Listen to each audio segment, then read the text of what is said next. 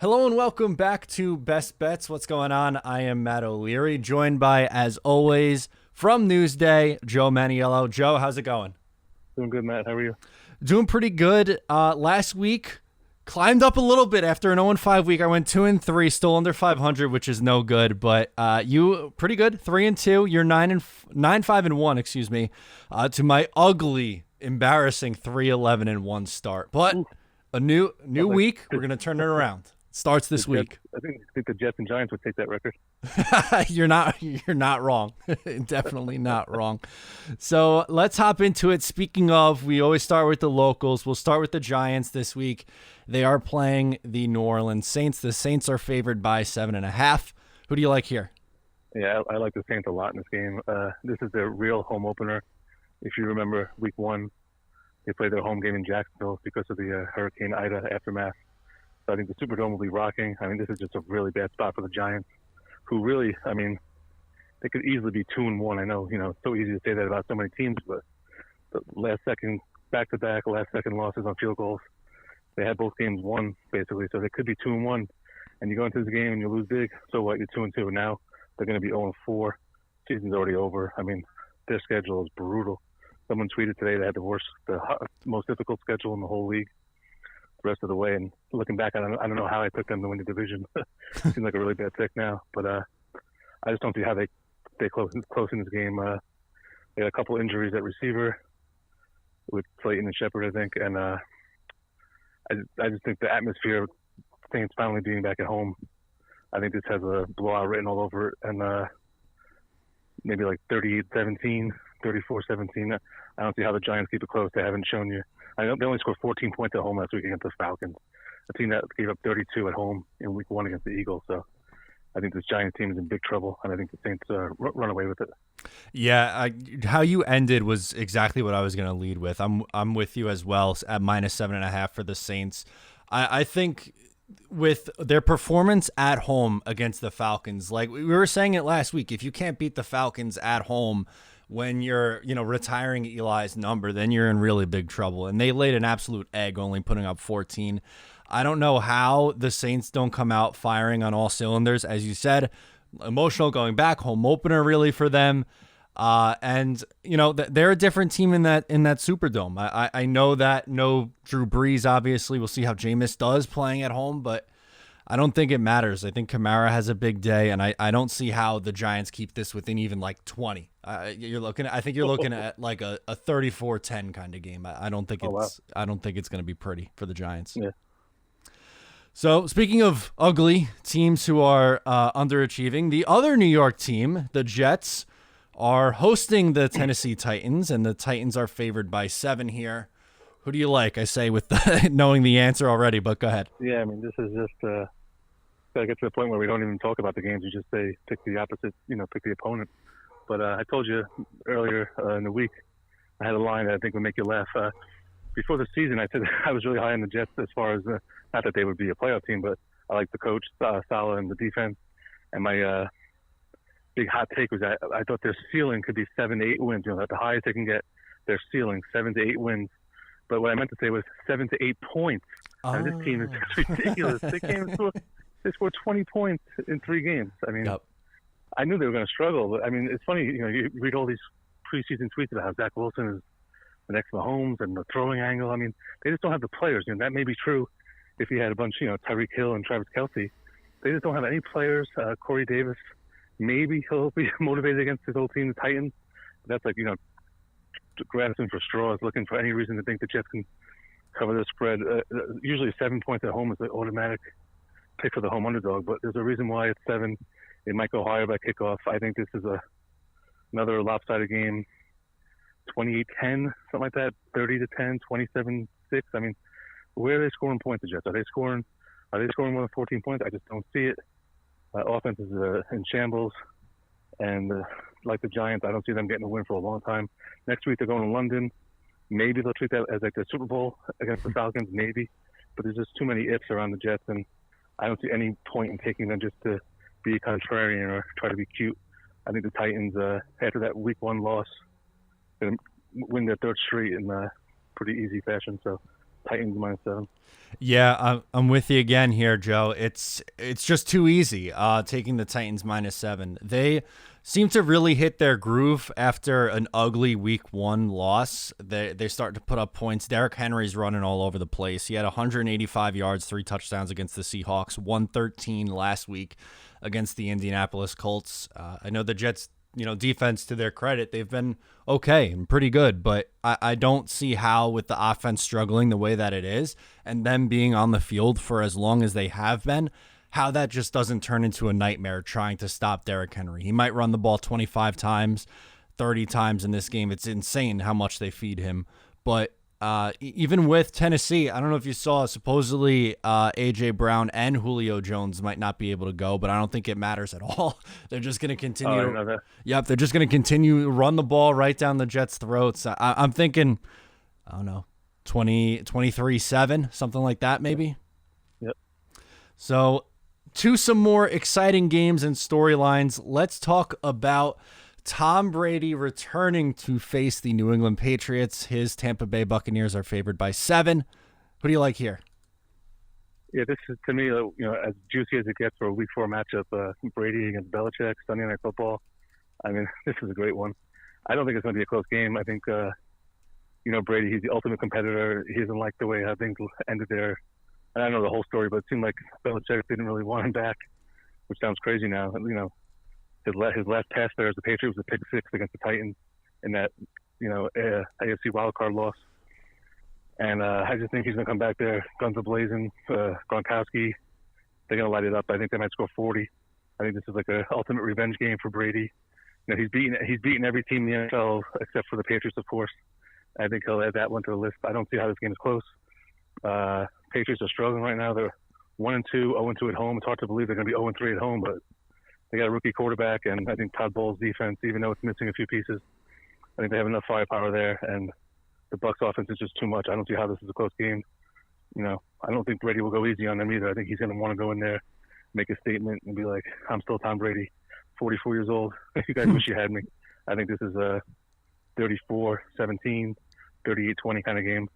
But I don't think it's close. So I love the Bucs this week. Yeah, I do too. I don't know how you can't with, Tom Brady going back and facing his old team, his old coach. And like you said, I think he's going to take it personal because it seemed like Bill was just completely ready and willing to move on. And, he being Tom Brady, is still playing at an unbelievable level at his age. The Tampa Bay Bucs, since he's got there, are 5-0 against the spread after a loss. So he's motivated coming off a loss, number one. And number two, he's going back and playing his old team. I think I really don't know how you could talk yourself into taking the Patriots. I know Belichick's a great coach, but with Tampa Bay, man, I just think they're going to lay a beat down. I'm with you. I think maybe I'll go 35-16, something in that vicinity for the that's for a the good Bucs. stat. I think I'm going to steal that one for the column. There you go. Love it. I knew he's really has a good record after a loss, but he's played so long. It's hard to track down after every loss. I was trying to figure out what his record was, but since they broke up, it sounds weird they broke up, but Belichick is 8-11 and Brady is 17-6, including the Super Bowl. So edge to Tom Brady there. So let's go to the Cardinals and Rams. We're going to do a second game of the week because we love this one too. 2 3-0 teams in the NFC West. The Rams are favored by 4.5. How about in this game? Is it down to 4.5? Yeah, I think the line should be higher. I'm a little confused by the line. But, they're both 3-0. But if you look at the Cardinals the last 2 weeks, they were lucky to beat the Vikings. They were totally outplayed in that game, and they won after Minnesota missed the last-second kick. And also last week, they were my best bet, but they were down 19-10. I couldn't believe it. And then they scored 21 unanswered to get the cover, but against the Jaguars. So they have some issues there. I don't think they're a dominant team. Whereas the Rams, they look like the NFL's best team. They just beat the Bucs. I mean, Sean McVay, he's my favorite coach. Him and Matthew Stafford, they're just, I think they're going to win 14, 15 games the way they're playing right now. And McVay, he owns that Cardinals. Since he took over as coach of the Rams, he's 8-0 overall against the Cardinals. And he's also 8-0 against the spread, which is like unheard of. So he's got Cliff Kingsbury's numbers the last, I think they went head-to-head 4 times. And they also won last year in like week 17 when the Rams didn't even need the game. Arizona needed the game to get into the playoffs. they laid an egg. So that really just shows you that McVay has their number. And I love saying every week whenever I talk about the Rams, he's 40-0 when leading at halftime. So if they have a halftime lead, game's over. And I just don't see. I don't think it'll be a blowout because Kyler Murray, he can put up 14 points in an eye. So I think it'll be semi-close. But I think the Rams win by 7-10. 33-23 kind of game, 30-20. I just think Stafford and all his weapons and Aaron Donald on defense, and the Rams are just a complete team. We both picked them to win the Super Bowl. Yep. And we're looking really smart right now. It's early, but I don't see how the Cardinals have a chance at winning this game. Yeah, I'm with you again. 4 for 4, Joe. I love the Rams this week. That stat you pulled on the 8-0 is just making me feel even better about my decision. I'm all in. I mean, they were my Super Bowl pick. I should have taken them last week. I got a little bit psyched out by the Tom Brady factor and the run that they were on with the Tampa Bay Bucks there, but I'm right back on the train. They are just rolling on offense, and the Cardinals are a great team at 3-0. I think they're a legit playoff contender too, and Kyler Murray's playing the best football of his career, but just sometimes a coach has another coach's number, and right now it feels like that's the case with Sean McVay and Cliff Kingsbury. So how could you not continue to ride the hot hand? So I'm going to take the Rams minus 4.5 as well. And that was without Stafford. I mean, now we have Stafford, so who knows when Kingsbury's going to win the game against them. Exactly. So let's get to a best bet. Joe, what's something that really jumps out to you this week? Well, we have a couple of the best bets I like. We already talked about. I like the Bucs a lot. I like the Saints. I like the Rams. But there's a team I'm going to back this week who I actually mistakenly doubted last week, the Green Bay Packers. Last week I thought the Niners were going to beat them. I overestimated the Niners' run game. I foolishly didn't realize they had some injuries there. That was my bad. But the Packers, to me, that week one loss, 38-3, it feels like it didn't even happen. Like, show me the tape. Like, did that really happen? They look like a totally different team. Back-to-back primetime wins. Now they're going up against the Steelers team that is going the exact opposite way. They won their opener at Buffalo and have looked lifeless the last 2 weeks. Lost at home against the Raiders, and they lost to the Bengals, who they always beat. So I think there's some serious issues with the Steelers. They have a ton of injuries. I think the Packers are on a mission here, and I don't see how this game is close. So it's a rematch of the Super Bowl from about a decade ago, which Rodgers won. I think that might have been like a 26-21 game off the top of my head, but I think this game is not close at all. 30-17, maybe even more lopsided. I think the Packers keep rolling here, and the Steelers are banged up and they got a lot of issues. So Packers minus 7 or 6.5, whatever it is. Packers best bet. Joe, let's make it 5 for 5. I like the Packers a lot. They were my best bet pick. I swear, I'm not copying you. For the reasons you said, Packers. Hold on. There's no way we're going 6 for 6 there. I hope not. There's no way you're picking my underdog. There's no way. Okay. All right. That's good. So the Packers finally gotten into their groove. Just unbelievable last drive from Aaron Rodgers doing Aaron Rodgers-like things. So when it comes to Pittsburgh, though, they just lost a game at home to the Cincinnati Bengals, and their offense is struggling bad. I don't see how Ben Roethlisberger can possibly keep pace with this offense. And I'm looking at maybe a 34-14 kind of game. I think they could really win big this week for the Packers. So I'm with you. 5 for 5. Who do you like? Who do you like as the underdog? Okay, so the underdog pick is one you're probably like, what? What's he talking about? But to me, this line doesn't make sense to me. I mean, I know the team, they just had an awful game, and I picked them last week. They just got blown out. But the Eagles getting 7.5 at home against the Chiefs, it doesn't make sense. So that line tells you if the game was in Kansas City, the spread would be 13.5. That's way too many points in the NFL. Eagles aren't that bad. I mean, they got a good quarterback in Jalen Hurts, who had one of the all-time quotes after the Monday Night Football game about flushing the loss away. I don't want to get too into detail, but it was a great line. And I just think that it's, the NFL, you see a team Monday night, they lost 41-21. It didn't even feel like that close of a game. And the defense was awful. I mean, they just, Ezekiel Elliott, they just ran the ball down their throat. Dak Prescott looked great. And then I couldn't believe it. I didn't watch the whole game, but I heard it afterward that the running backs only had 3 carries, the Eagles, which is kind of hard to believe. But they have some playmakers, and the Chiefs, they've lost 2 in a row, and the defense isn't great. So they give up big plays, and I think this is you see it in the NFL all the time. A team lays an egg, and the next week they come out of nowhere and they play well.